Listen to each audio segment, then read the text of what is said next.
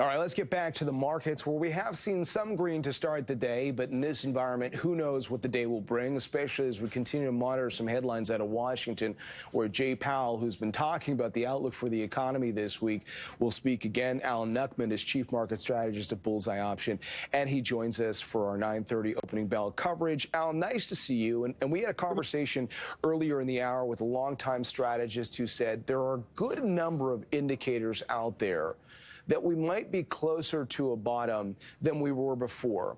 And yet, that same strategist said there aren't a lot of burning reasons of conviction to jump into the market. So how would you describe what you're seeing on a day-to-day basis right now? Well, that is correct. Right now, the sentiment is negative, the psychology is negative, but that's when the market makes a turn.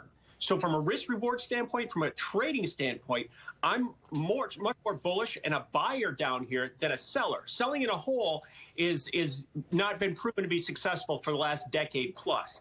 So they are correct. There are a number of indicators that I could interpret as being positive, and this is when you want to give it a stab, and that's why I'm a long-term options trader, trading January options, December options, so forth, and be in position for a bullish bounce.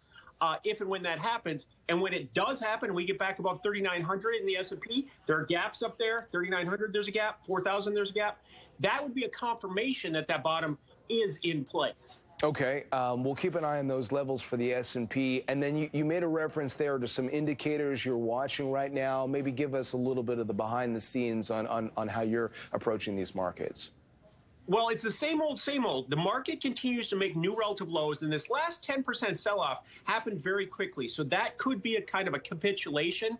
You ought to remember, just a couple weeks ago, we were at 4,200 in the S&P, trading sideways, looking like it was going to break out about the halfway point of that drop from the top. So that was a disappointment decline that we saw. Now, it also happened on lower volume and a lower VIX. Look at the VIX. The VIX is at 28, and the market's had a 20% down.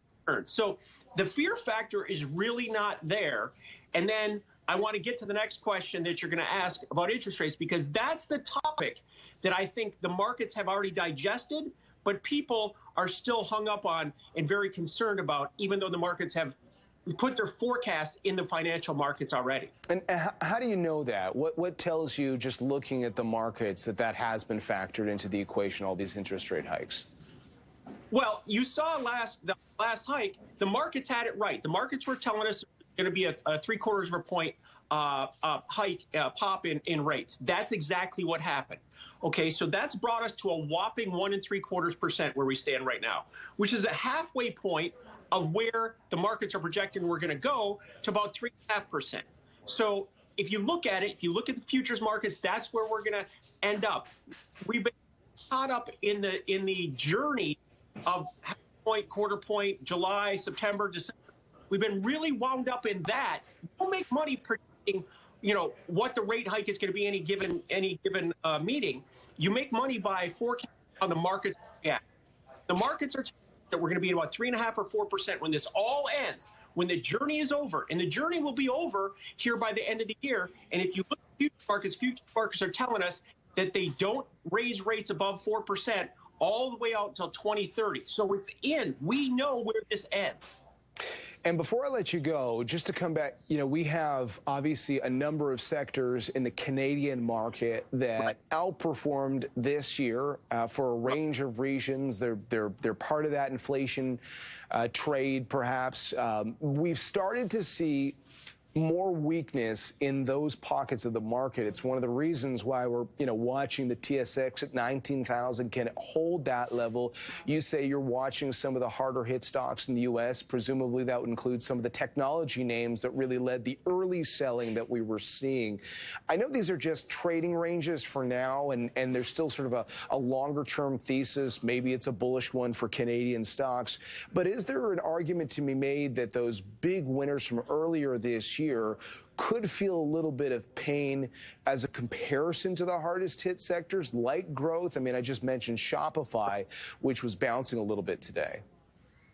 Well, I think what we're seeing here is what the Fed had intended. They needed to cool things down. So we got exactly what we wanted. Crude oil dropped 15% in less than 2 weeks. That's exactly what we wanted. We're back to the $100 barrel level. Again, it's capitalism that the gas prices are so high. It's not because of crude prices, partially because of crude, but crude's at 100. We were at 100 from 2011 to 2014 and in 2017 again. Okay, so again, it's capitalism. It has to do with oil companies.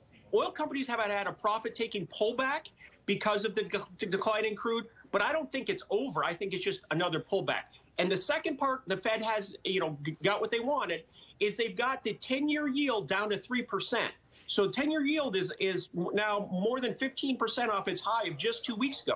So they've turned the temperature down. Let's see what that does now for the rest of the market, because unfortunately, we've been trading on psychology and sentiment for the last couple of months. Let's get back to value, because the PE ratio right now is below 15. We haven't been to 15 years. That's more than 35% off the, okay, and the stock market down 20%.